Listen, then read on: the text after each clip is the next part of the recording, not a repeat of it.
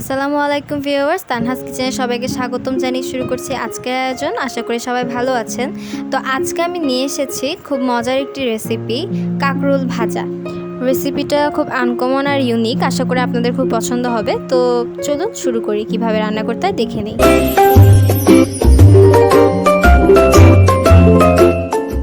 এখানে 10টা কাঁকরোল নেওয়া হয়েছে। এখন এই কাঁকরোলগুলোর খোসা ছাড়িয়ে মাঝখান থেকে 2 থেকে 3 পিস করে কেটে নিতে হবে।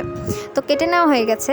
এখন একটা বোলে নিয়ে নিচ্ছি লবণ। এখানে 1 চামচ পরিমাণ লবণ দিয়েছি, স্বাদ অনুযায়ী কম বেশি করে নেওয়া যায়। দিয়ে দিচ্ছে 1 চামচ পরিমাণ হলুদ গুঁড়া আর 1 চামচ পরিমাণ লাল মরিচের গুঁড়া।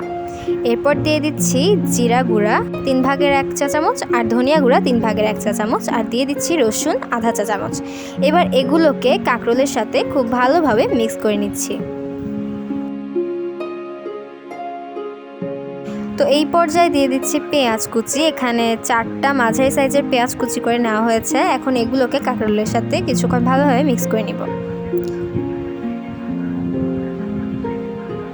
তো যেহেতু সবগুলো উপকরণই খুব শুকনো, তাই আমার মাখতে একটু অসুবিধা হচ্ছে। তাই আমি আমার সুবিধার জন্য অল্প পরিমাণ সয়াবিন তেল নিয়ে এগুলোকে খুব ভালোভাবে মিক্স করে নিচ্ছি। সয়াবিন তেল দেওয়াতে কিন্তু এখন মিক্স করতে তেমন একটা ঝামেলা হচ্ছে না।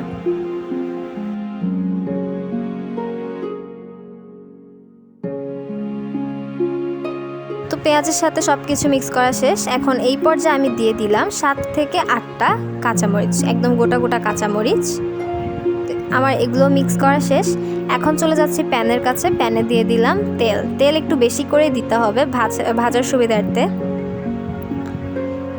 তো এখন কাঁকরোলে যে পেঁয়াজগুলো লেগে আছে সেগুলো আস্তে আস্তে আমি ছাড়িয়ে একটা একটা করে আমি প্যানে দিয়ে দিচ্ছি।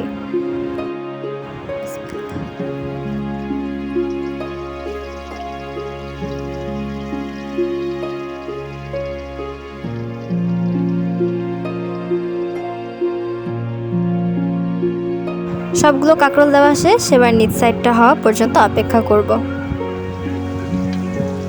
তো নিচ সাইডটা প্রায় হয়ে গেছে। এখন আমি সবগুলোকে একটা ছোট চামচের সাহায্যে উল্টে দিচ্ছি।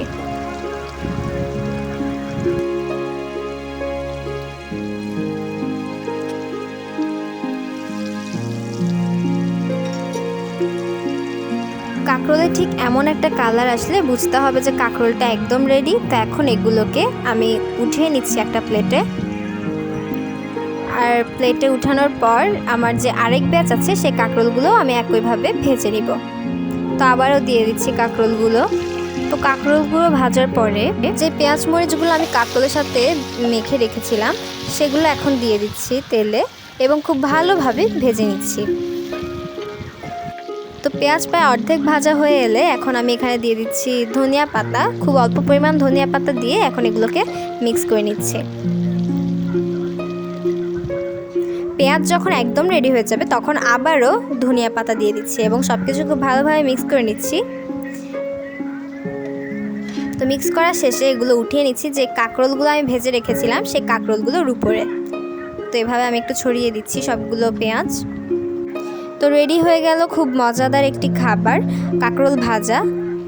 এটা খুব ইউনিক আর আনকমন একটি রেসিপি। আশা করি আপনাদের সবার ভালো লেগেছে। অবশ্যই বাসায় ট্রাই করবেন। আর রেসিপিটি ভালো লেগে থাকলে অবশ্যই লাইক কমেন্ট শেয়ার করতে ভুলবেন না। আর আমার চ্যানেলটি সাবস্ক্রাইব করে আমার পাশে থাকার অনুরোধ রইল। সবাইকে অনেক অনেক ধন্যবাদ ভিডিওটা দেখার জন্য। আল্লাহ হাফেজ।